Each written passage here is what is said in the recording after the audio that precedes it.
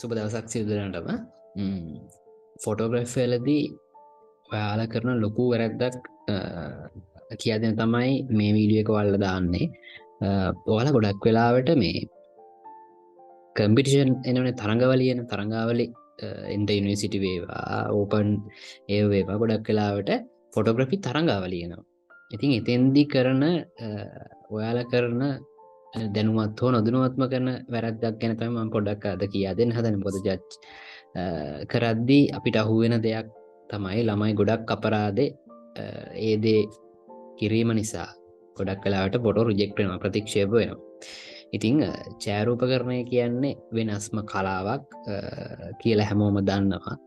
ඉතින් මේකේ තරඟාවලි තියලා තරඟ තියලා යුනිවර්සිටි එකක් වේවා වෙන ආයතනයක් පෞද්ගලික ආයතනයක් වේවා මොකක් හරි සොසයිටි එකකින් වේවා මොනවා හරි දෙයක් බලාපොරොත්තු වෙනවා තමන්ගේ ඒ ආයතනට අදාළ දේවල් ෆොටෝග්‍රැෆි හරහා මොකක් හරි බලාපොරොත්තු වෙන තරඟවලයක් සංවිධානය කරන්න. ඉතින් ඒ වගේ තරඟ වලට ඔයාලා අනිවාර්යෙන් ඇප්ලයි කරනවනේ, කරලා තියෙන අනිවාර්යෙන්. ඔයාලා ජයග්‍රහණ ලැබලා ඇති, ජයග්‍රහණ ලැබලා ඇති. ප්‍රශ්නයක් නැහැ. හැබැයි සුලභව දකින දෙයක් තමයි ඔයාලා සාමාන්‍යයෙන් ෆොටෝ එකක් දාද්දි අපි සාමාන්‍යයෙන් වෙනස් විදිහේ ෆොටෝ එකක්නේ අපි කම්පිටිෂන් එකට දාන්න ඕන. ඒ කියන්නේ හැමෝම නොදකින පැත්තක් තමයි අපි දාන්න ඕන. අපි හිතමු ස්වභාව සෞන්දර්ය නේචර් කියලා කැටගරි එකක් තියෙනවා. නේචර් එක යටතේ අපි මොන වගේ දේවල්ද දාන්න ඕන? නේචර් එක යටතේ මොන වගේ දේවල් දාන්න ඕන? පෝර්ට්‍රේට් යටතේ මොන වගේ දේවල් දාන්න ඕන? මැක්‍රෝ මයික්‍රෝ මැක්‍රෝ ඒ වගේ කැටගරි යටතේ මොනවද දාන්න ඕන කියලා ඔයාලා පොඩි අවබෝධයක් තියෙනවනේ. ඉතින් එහෙම ඕනම කැටගරි එකකට ෆොටෝ එකක් දාද්දී ඔයාලා කරන වැරැද්දක් තමයි ඔයාලා සාමාන්‍යයෙන් ෆොටෝ එකක් අරගෙන Facebook හරි මොනවා හරි සමාජ මාධ්‍ය ජාලයේ මොකක් හරි දානවා නම් ඔයාලගේ නේම් ටැග් එකක් ඔයාලා ගහනවා. නේම් ටැග් එකක් පොඩියට ෆොටෝ එක යටින් හරි මැදින් හරි උඩින් හරි අනිවාර්යෙන් සම්බන්ධ කරනවා. කියන්නේ තමන්ගේ නම මොන ෆොටෝග්‍රැෆිද මේ විදිහට ගහනවා. අපි නමින් ගැහුවොත් අපි හිතමු මොකක් හරි නමක් ඔයාගේ වාට නමක් තියෙනවා සහ ඔයාලා හදාගත්තු නමක් තියෙනවා සුමුදු කියලා එකව සුමුදු ෆොටෝග්‍රැෆි කියලා ඔයාලා අනිවාර්යෙන් ටයිප් කරනවානේ. ඒක කම්පිටිෂන් වලදී ඒ තමන්ගේ නේම් ටැග් එක අයින් කරලා අනිවාර්යෙන් ෆොටෝ එක අප්ලෝඩ් කරන්න. මොකද නේම් ටැග් තිබ්බොත් දිය සලකුණු ඒ දේවල් වෝටර් මාක්ස් තිබ්බොත් අනිවාර්යෙන් ඒක අපි බලන්නෙවත් නැහැ. අපි රිජෙක්ට් කරලා දානවා ඒක. ඒක ප්‍රතික්ෂේප වෙනවා. ඕනම තරඟාවලියකදී ජජ් බෝඩ් එකකින් ඒක රිජෙක්ට් වෙනවා. මම උදාහරණයක් විදිහට ඔයාලට පෙන්නන්නම්. මෙන්න මේ ෆොටෝ එක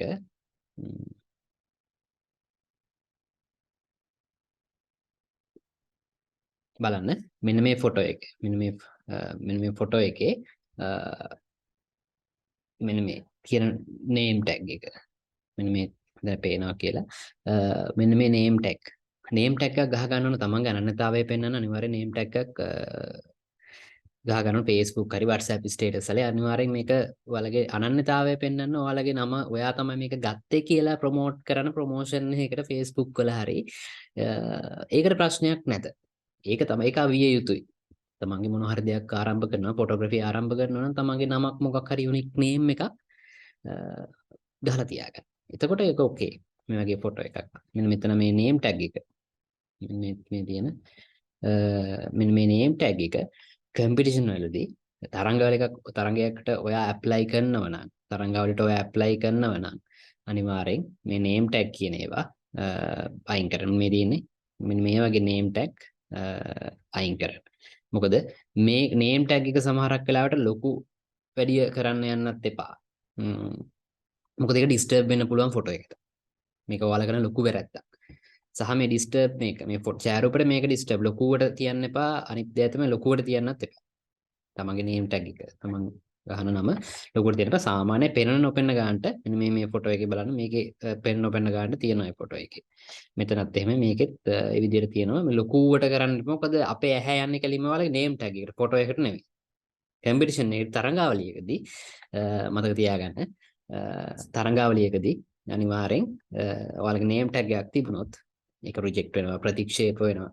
බලන්නේ නැහැ කොච්චර හොඳ ෆොටෝ එකක් වුණත් කොච්චර හොඳ ෆොටෝ එකක් වුණත් ඒක name tag එකක් තිබුණොත් අනිවාර්යෙන් ඒක තරංගාවලියෙන් ඉවත් වෙනවා. ඒක නිසා තරංග වලට ඇප්ලයි කරන්න හැමෝම මේක බලන හැමෝම තරංග වලට ඇප්ලයි කරන යුනිවර්සිටි එනවා වෙන වෙන ආයතන වලින් ෆොටෝග්‍රැෆි තරංග එනවා ඒවට ඇප්ලයි කරන්න. ඇප්ලයි කළා තමන්ට ප්ලේස් එකක් આવොත් තමන්ට කම්පිටන්ස් එකක් එනවා. හරි මට මොනවා හරි දෙයක් කරන්න පුළුවන් කියලා. අර මම කිව්වේ තමන්ගේ නේම් ටැග් එකක් තමන් හදාගන්න. ඔයා ෆොටෝග්‍රැෆි වලට අලුතෙන් නම් ඉන්නේ තමන්ට අනන්‍යතාවයක් හදාගන්න. මොකක් හරි නමක් හරි තමන්ගේ නමේ මුල අකුරු ටික හරි නමේ මුල හරි. දැන් මගේ නම් සංජු ෆොටෝග්‍රැෆි කියලා හරි අපිට පුළුවන් හදාගන්න.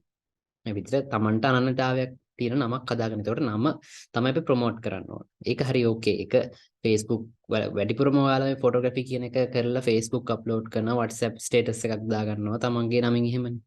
අපිට ෆොටෝ එකේ යටින් අර විදිහට මම අර පෙන්නපු වගේ ඔයාගේ මනෝනිතාවයක් ගොඩනගාගෙන ඉස්සරහට යන්න. ඒක ඕකේ. ඒක ප්‍රශ්නයක් නෑ ෆොටෝ එකේ ගහනවා වගේ name tag එක. ඒක හොඳ දෙයක් ඒක. එතකොට දන්නවා වෙන කොහේ හරි ෆොටෝ එක ෂෙයා වුණා තාම එයාගේ තමයි මේ ෆොටෝ එක. මේ නම බලනවා මේක. ඒක හොඳයි. ඒක හොඳ දෙයක් ඒක. ඔයා අලුතෙන් නම් ෆොටෝග්‍රැෆි වලට ඉන්නේ ඒ දේ කරන්න. එඩිට් කරද්දි Photoshop හරි Lightroom හරි නැත්නම් Tamanට තියෙනවා ෆෝන් එකේ Snapseed PicsArt Mobile Lightroom ගොඩාක් දේවල් තියෙනවා. ඒකෙන් පුළුවන් ටෙක්ස්ට් ටූල් එකක් එනවා වෙනම. ගහගන්න පුළුවන් ලස්සන. බලන්න ඉන්ටර්නෙට් එක යූස් කරලා තමන්ගේ යාළුවෝ කරපු තමන්ගේ name tag එක කොහොමද හරි ප්‍රොෆෙෂනල් විදියට දාලා තියෙන්නේ යටින් කියලා. ලොකුවටමත් නැතුව සාමාන්‍ය විදියට මම අර කලින් පෙන්නපු වගේ ගහගෙන බලන්න. ඒ කියන්නේ ගහගන්න නම තමන්ගේ. ඒක තමන්ගේ කරේ එකට තමන්ගේ නමත් එක්ක ප්‍රොමෝට් වෙනකොට ඒක මිනිස්සු නිතරම දකිනවා මෙයා මෙන්න මේ මෙයාගේ නම මේ සුමුදු නම මෙයාගේ නම සුමුදු ෆොටෝග්‍රැෆි නැත්නම් මගේ නම සංජු රංගොඩගේ ෆොටෝග්‍රැෆි අන්න ඒ වගේ ඒක නිතරම මිනිස්සු දකින්න තමයි යා යුනික් වෙනවා. ඔයාට වෙනම ස්ටයිල් එකක් හැදෙනවා. ඔයාගේ ෆොටෝස් වල වෙනම ස්ටයිල් එකක් හැදෙනවා. ඒක නිසා ෆොටෝග්‍රැෆි වල එන්න අයට ෆොටෝග්‍රැෆි කරන අයට ටිප් දෙකක් දුන්නා මම කම්පිටිෂන් වල දාද්දී මොන වෙලාවකවත් තමන්ගේ වෝටර් මාක් එකක්වත් කිසිම දෙයක් දිය සලකුණු කිසිම දෙයක් දාන්න එපා. එමුණොත් ඔයා කොච්චර හොඳ ෆොටෝග්‍රැෆර් කෙනෙක් කොච්චර හොඳ වැඩක් වුණත් ඔයාගේ ෆොටෝ එකේ ප්‍රොජෙක්ට් ප්‍රතික්ෂේප වෙනවා. ඒක නිසා ඒක මතක තියාගන්න. පොඩි ටිප් එකක් දුන්නේ. බලන්න මේ වීඩියෝ එක මොන හරි දෙයක් ඉගෙන ගත්තා නම් ඔයාලා දාන දේවලුත්